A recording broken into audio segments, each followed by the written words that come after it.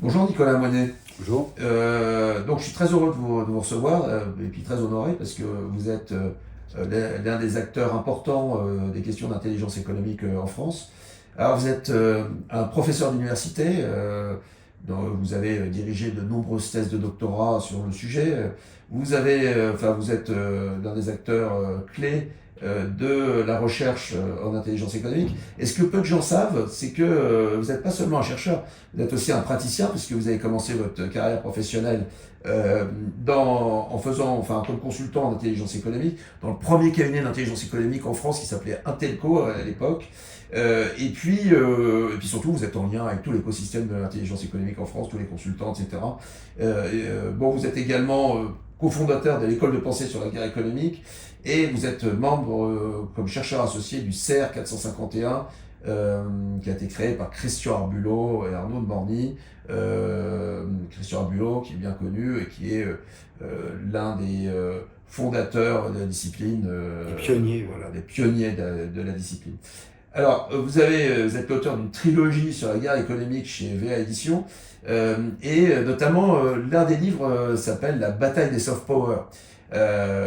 Ouvrage absolument passionnant. Alors, soft power, beaucoup de gens ne savent pas ce que c'est, mais on va en parler.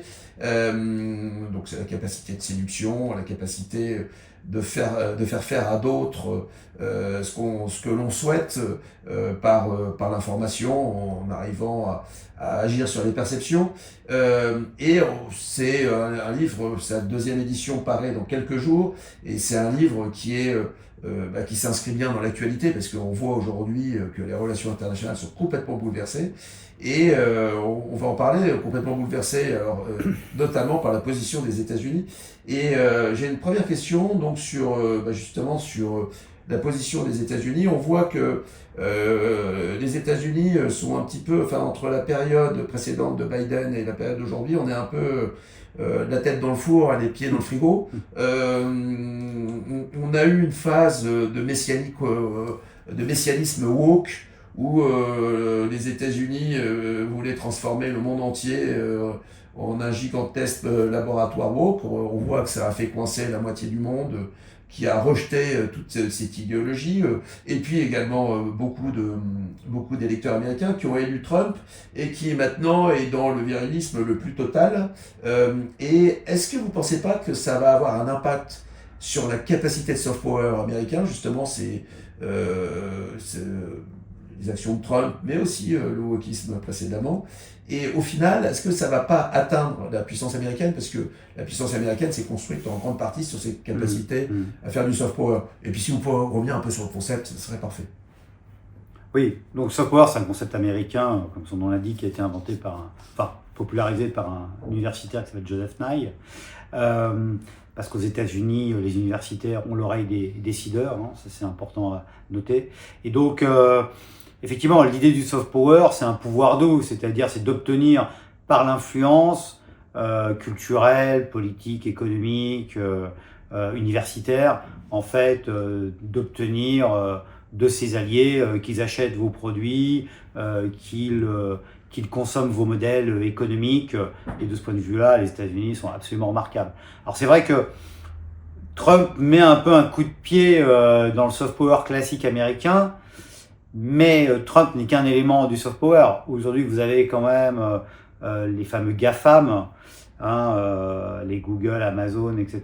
Et aujourd'hui, l'intelligence artificielle, le ChatGPT notamment, ou Gemini, qui sont quand même des outils de soft power absolument extraordinaires. Parce que le principe du soft power, c'est de modeler, c'est-à-dire de faire en sorte que on modifie vos perceptions et votre manière de voir le monde, et que cette manière de voir le monde, évidemment, soit totalement en phase avec les intérêts stratégiques américains, politiques, mais aussi économiques. Donc c'est un système. Alors c'est vrai que Trump, on pourrait penser qu'il met à mal ce soft power. Je pense qu'il faut relativiser. Il est, c'est vrai, plus dans le hard power aujourd'hui, ou dans ce qu'on appelle le smart power, c'est-à-dire un mélange des deux. Mais surtout, il est en train de déplacer ça vers le Pacifique. Et l'Europe n'est plus, on va dire, dans le champ essentiel, le champ de tir, on va dire, du soft power américain pour l'instant. même si tout peut basculer très très vite aux États-Unis. La situation qu'on a vécue récemment avec le Groenland est assez surprenante, c'est le moins qu'on puisse dire. C'est-à-dire que pendant longtemps, les Européens ils sont vécus comme étant en ayant une relation fraternelle avec les États-Unis. Et là, on voit précisément qu'avec le Groenland, Trump a voulu tordre le bras aux Européens. Et en fait, on peut un peu se poser la question, parce qu'en fait, est-ce que les États-Unis ne vivent pas aussi parce qu'il y a l'Europe? Et donc, les États-Unis sans l'Europe ne sont pas grand-chose. Et donc, la puissance du monde occidental, est-ce qu'elle ne reposait pas sur ce duo États-Unis-Europe? Et est-ce que finalement, en cassant cette capacité de soft power, notamment vis-à-vis des Européens, est-ce qu'ils ne vont pas casser progressivement leur puissance? Est-ce que l'Europe va pas avoir une certaine forme de rejet des Américains qui leur font bien sentir que maintenant, ils sont plus intéressés. C'est un allié sans être vraiment un allié, quoi. Il y a un risque, mais ça va prendre beaucoup de temps. Parce que le travail qui a été fait par les Américains, aussi bien sur le hard power que sur le soft power, a été très en profondeur. Vous avez 2 universitaires américains qui appellent ça l'empire souterrain. Aujourd'hui, nous sommes dépendants des Américains, des États-Unis, sur la technologie, sur les flux financiers, sur un certain nombre de normes comme ITAR, sur l'armement. Beaucoup de pays européens dépendent de l'armement américain, le fameux F-35 notamment. Et ce qu'on voit depuis le Groenland, les petits éléments qui apparaissent, c'est qu'en fait, il n'y a pas tellement de différence. On vient de vendre une pépite importante technologique française à un fonds américain. Les Allemands calment le jeu par rapport aux États-Unis. Donc je ne suis pas persuadé qu'à court terme, en tout cas, ça change grand-chose. Dans les discours, sans doute. Dans la réalité des rapports économiques, c'est moins évident. Voilà.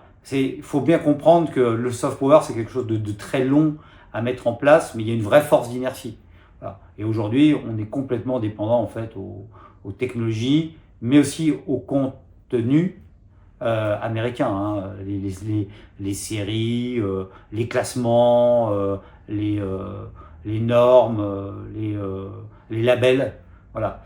Donc, je ne pense pas que Trump, à court terme, va complètement déstabiliser ça.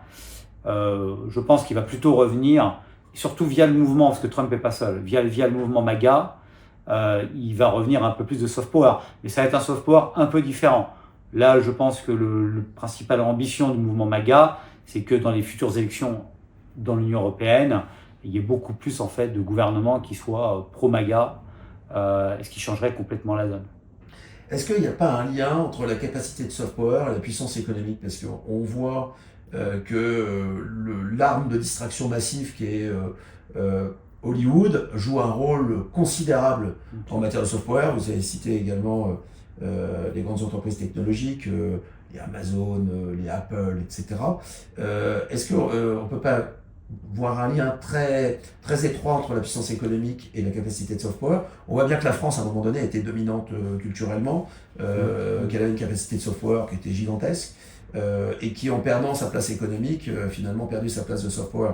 Et donc, derrière cette question, alors donc ça c'est une première question, et la deuxième question, c'est justement, s'il y a un lien entre les deux, que fait la Chine, qui est une grande puissance économique, et qui a une capacité de soft power qui est proche de zéro?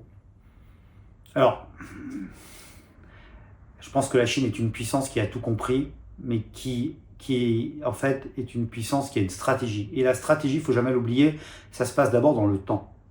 C'est-à-dire, si on regarde l'évolution comme une suite de présents, on ne comprend pas.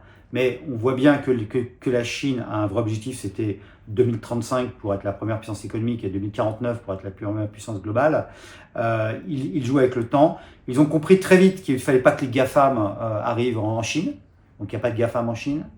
Il y a quand même un travail lent de coopération universitaire. Ils récupèrent beaucoup de décideurs ou d'anciens universitaires ou anciens chercheurs qui vont travailler en Chine pour une deuxième carrière, mais ils le font de manière silencieuse. C'est vraiment la logique chinoise, c'est plus le jeu de Go, c'est beaucoup moins tonitruant, c'est beaucoup moins exubérant, c'est beaucoup moins grande gueule, on pourrait dire, que Donald Trump, mais ça ne veut pas dire que ce ne sera pas plus efficace à terme. Peut-être pas à court terme, mais je pense que la Chine va être la grande puissance à moyen terme. Et donc on se retrouve pris en étau entre deux empires en fait. Et il y a même, on pourrait dire peut-être trois d'ailleurs, même s'il est beaucoup moins important, qui est la Russie. Une sorte de Yalta aujourd'hui, donc de partage entre effectivement États-Unis, Russie et Chine. La Russie n'utilise pas de soft power, j'en parle dans l'ouvrage, c'est plutôt ce qu'on appelle le sharp power, c'est-à-dire un soft power inversé, qui consiste plutôt à détruire l'image des adversaires. C'est plutôt logique. Les États-Unis ont un peu pour l'instant abandonné le soft power. La Chine, en fait, avance lentement, mais sûrement, par des productions cinématographiques, par la diplomatie panda, ça peut faire rigoler, mais c'est une vraie diplomatie. Par l'influence culturelle, il y a eu pas mal d'expositions, notamment en France, qui ont été annulées à la demande de la Chine.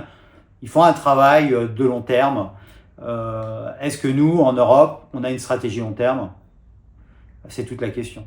Donc on a parlé des capacités de soft power comme étant un outil pour les puissances, les grandes puissances internationales. Mais finalement, le soft power, c'est aussi le bras armé de l'intelligence économique dans les affrontements. Si on fait une comparaison dans les affrontements économiques entre entreprises. Donc si on fait une comparaison, on pourrait dire que il y a une partie renseignement dans l'intelligence économique.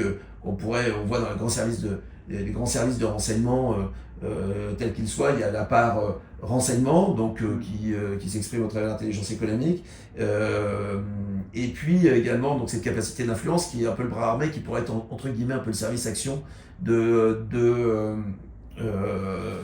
monde de l'entreprise lorsqu'il s'agit d'agir sur les perceptions, c'est-à-dire sur les comportements des gens.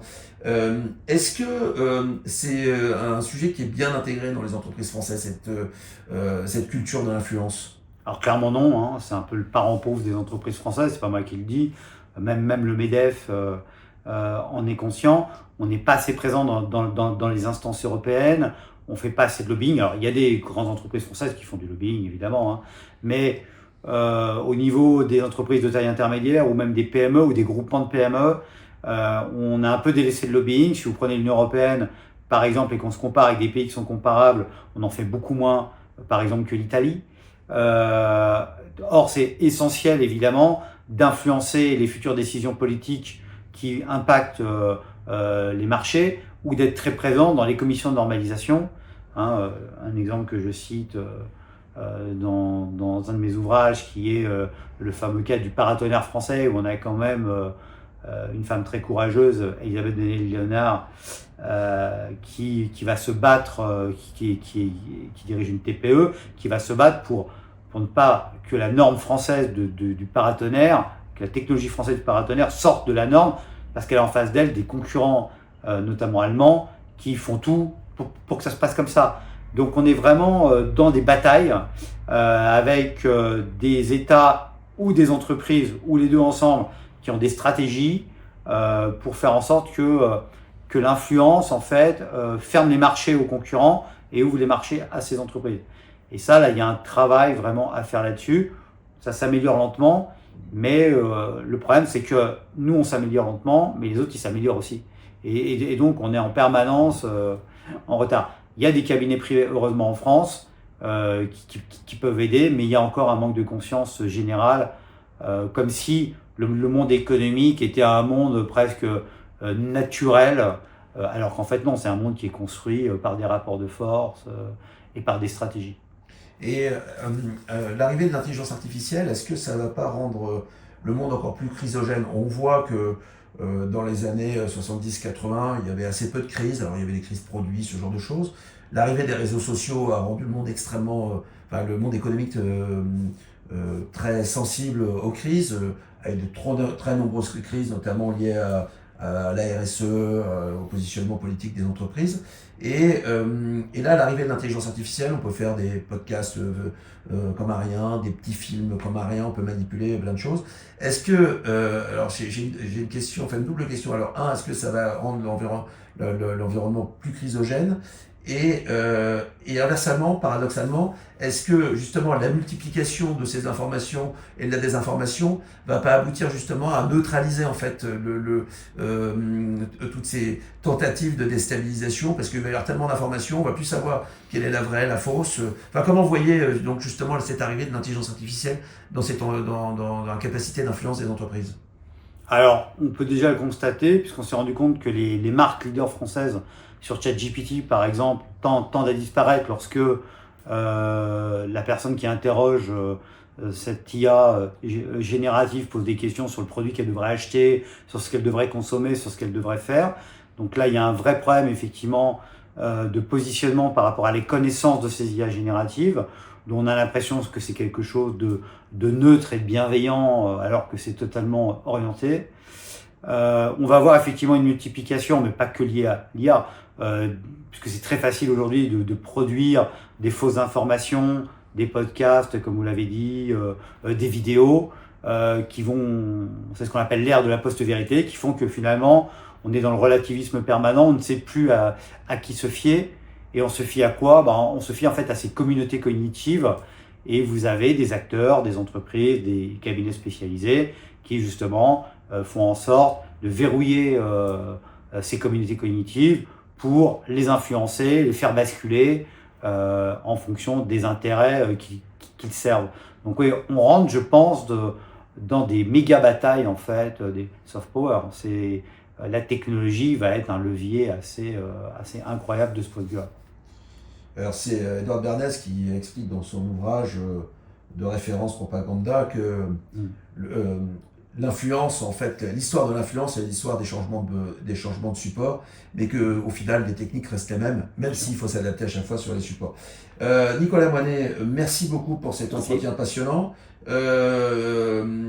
Excellent livre que je vous conseille, La bataille des soft power, qui est un vrai sujet aujourd'hui. Hein.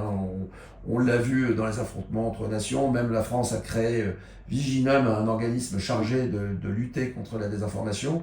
Dans les entreprises, c'est un sujet du quotidien. Donc ce livre, deuxième édition, qui sort dans quelques jours. Merci beaucoup. Merci.